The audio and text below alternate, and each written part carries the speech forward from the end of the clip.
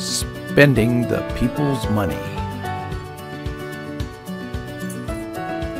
An introduction.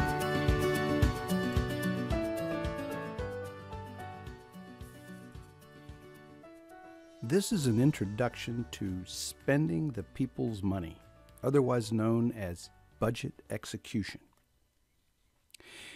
In this introduction, we'll describe the three modules that follow. Then, to set the stage for the material that follows, we'll discuss some definitions of terms such as budget execution, spending, Treasury Appropriation Fund Symbol, or TAFs, and federal fiscal year. It's recommended that you view the videos sequentially, since budget execution, by its nature, follows a fairly scripted sequence of events. Once you have completed the modules, it's recommended that you view the Introduction to Budgetary Accounting video. In the three modules, we're going to cover 11 major events in three general areas: receiving resources, controlling and distributing resources, and spending resources. In Module 1, we'll talk about receiving resources in such budget execution events as appropriation, offsetting collections, transfers, and rescissions. All resources are dependent upon Congress's power of the purse, an authority that originates in the Constitution. This means Congress has the authority to make appropriations, permit the spending of offsetting collections and transfer of funds, and even the removal or rescission of funds. This module lasts about 40 minutes. In Module 2, Distributing and Controlling Resources, we'll discuss budget execution events, apportionment, allotment, and allowance. We'll discuss OMB's statutory responsibility over the apportionment of funds and HHS's responsibilities for the remaining control and distribution events, the allotment and allowance. This module lasts about 35 minutes. In Module 3, Spending the Resources, we'll talk about budget execution events: obligation, outlay, expiration, and cancellation. This module will discuss what makes an obligation valid and how obligations and outlays are distinguished. In addition, we will talk about spending the resources during the period of availability and what happens after this period of availability expires. Finally, we'll conclude the module with the end of the account's life, the cancellation. This module lasts about 30 minutes. These three modules cover what I consider the 11 major events of budget execution. These events cover the entire budget execution process from beginning to end. Although there are many more events, some of which we may touch on along the way, these are the ones we will concentrate on in these sessions. Let's start with a quote from Lewis Fisher's Presidential Spending Power. "Our priorities are peculiar. We fix upon the appropriations process, watching with great fascination as Congress goes about its business of making funds available to agencies. What happens later, the actual spending of money, rarely commands our attention. Why this lack of interest in the spending phase of the budget cycle? It's as though we visited the racetrack and watched the horses parade back and forth in front of the stands, saw them line up in the starting gate, and then went home just as the bell sounded. The outcome of the race doesn't interest us. We don't see the budget cycle to its completion. Well, our goal is to follow this horse race or budget cycle to its completion. What is budget execution? Let's start with the American Heritage Dictionary definition of a budget. A systematic plan for the expenditure of a usually fixed resource during a given period.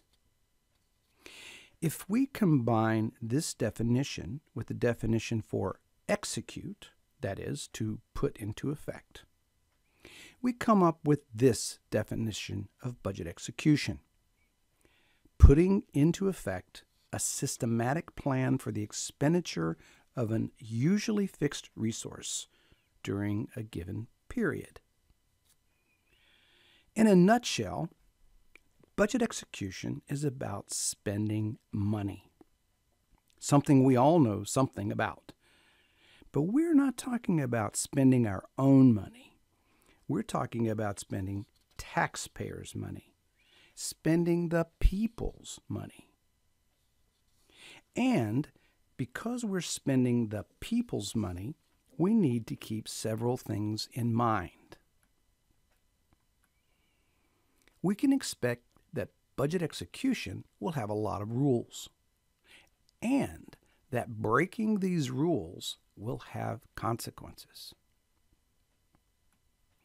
Budget execution moves in sequential steps or events, and we need to keep track of each budgetary event that occurs.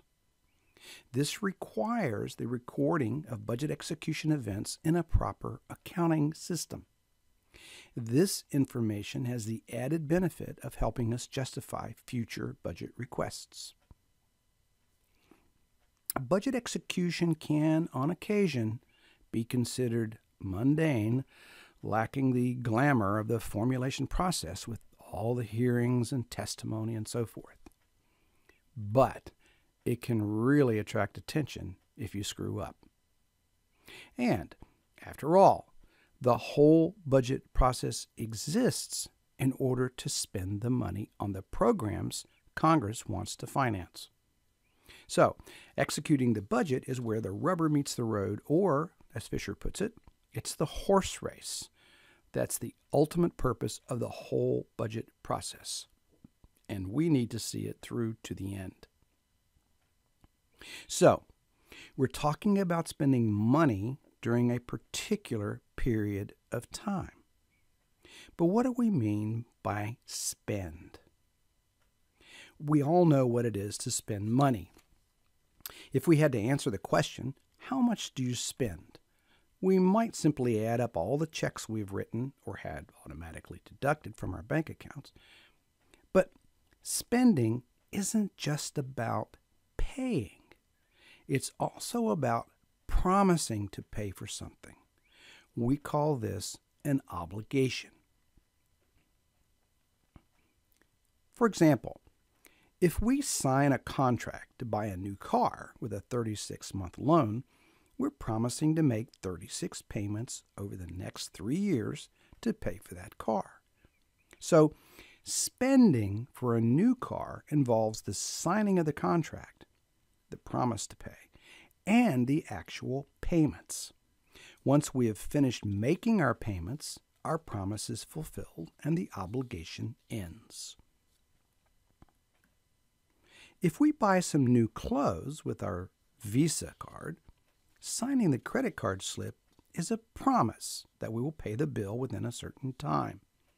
In other words, we are obligating ourselves to pay the bill. So spending on clothes involves both the promise to pay and the actual payment. We end the obligation when we pay the bill. Suppose you ask your neighbor's teenager to mow your grass. You're implicitly promising to pay him or her for that service. Although this is much more informal than signing a contract or a credit card slip, you're still obligated to pay for that service. So, we can see that spending involves two steps: obligation and outlay. Furthermore, we can see that paying off the obligation ends it. So, spending in the federal government's a very similar process. There's a promise to pay, an obligation, perhaps by signing a contract, issuing a grant award, ordering equipment, having people come to work, and so forth. And there is a payment for that obligation. We can see from Circular A11 that OMB defines obligation as a binding agreement that will result in outlays immediately or in the future. And OMB defines outlay as a payment to liquidate an obligation. Liquidate's a fancy way of saying an outlay is a paid obligation. In the budget community, you may also hear the term disbursement or even expenditure used synonymously with outlay. So keep in mind that when someone asks, how much does the federal government spend? You must determine whether they're asking how much the federal government obligates or how much the federal government outlays. Both of these components are encompassed under spending, and as you will see in Module 3, both provide important, though different, answers. So, we have established that budget execution is all about spending money, and now we have a better idea what we mean by spend. But budget execution also needs a way of identifying how much money there is to spend and the period of time during which one has to spend it. We accomplish this with a treasury account. Just as your bank assigns a separate banking account number to differentiate your money from someone else's, Treasury, in collaboration with OMB and the federal agency, establishes an accounting entity or identification code, referred to as the Treasury Appropriation Fund Symbol, or TAFS, to accomplish this. Here's an excerpt from the Treasury Financial Manual, or TFM. Note the requirement for collaboration between the Financial Management Service, OMB, and the agency in assigning, changing, and discontinuing account symbols and titles. Note that agencies have to post appropriations or spending authorizations granted by Congress to these accounts and use these to report to Treasury and OMB. Let's look at an example. The TAFS is made up of three elements: a department code or agency ID number, which identifies the federal agency charged with the responsibility for spending and accounting for the funds. A period of availability, or POA, which is the length of time the funds are available for obligation as stipulated in the appropriating language. And an account symbol, which identifies the specific funding provided by Congress. This account symbol is also referred to as Treasury Main Code. For example, the department code for HHS is 75. We know that if we see a TAFS that starts with a 75, it belongs to the Department of Health and Human Services. Each federal agency has its own unique code that identifies them. Homeland Security is 70, Treasury is 20, and so on. You may see reports where this code is expanded to 3 digits by just adding a 0 to the beginning. Congress, in appropriating funds, will assign a period of availability in one of 3 basic ways. They may appropriate funds for only a single year period of availability. This is referred to as annual funding and is the most prevalent period of availability. This is designated by a single fiscal year in the TAFs. They may appropriate funds for more than 1 year, but for a specified period of time, for example, for 2, 3, or more years. This is referred to as multi-year availability. This is designated by separating the first year of availability from the last year of availability by a slash. They may appropriate funds for a period of availability without a time limit.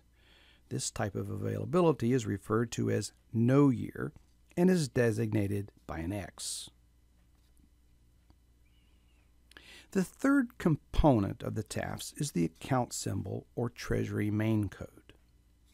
This 4-digit number is assigned by Treasury and will generally correspond to an unnumbered paragraph in an annual Appropriations Act. Accounts created by appropriations in authorizing legislation require the collaboration of Treasury OMB and the federal agency. This example happens to refer to the General Departmental Management account in HHS. There is no single representation of the TAFs. Treasury typically represents the TAFs in this sequence: department code, period of availability, and account symbol using 2-digit fiscal year designations. In reports and on apportionments, OMB reflects the TAFs as department code, account symbol, and then period of availability using 4-digit fiscal year designations. In either case, the TAFs gives us the structure we need to carry out budget execution responsibilities. It serves as our basis for accounting. All budget execution takes place and has to be recorded in the boundaries of the federal fiscal year. The federal fiscal year is a 12-month period that starts on October 1st and continues through September 30th of the subsequent calendar year. As we will discuss a bit later, time is a critical aspect of budget execution, since one of the ways Congress exerts its power of the purse is by limiting the time for spending funds. In the case of a single year of availability, or annual account, once this period of availability, here indicated by the blue shading, has ended, the funding expires.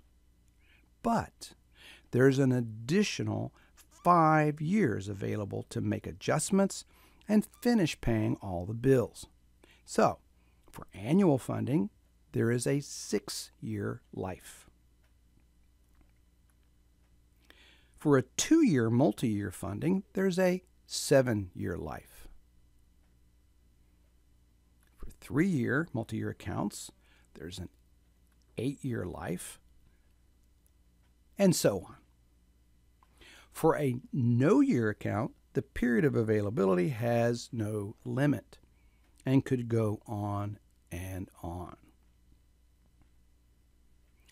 It's important to remember that each federal fiscal year establishes the structure for executing the budget for that year. Budget execution is very much in the moment. That is, it can only take place in the current year, called the budget fiscal year. This is an important point to remember as we go through the modules. This wraps up the introduction. You should now have a good idea of what will be covered in the modules that follow and understand some of the terms you will encounter. I hope you find these videos useful.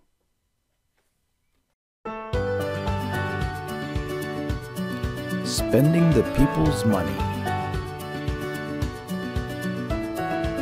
Next up, Module 1.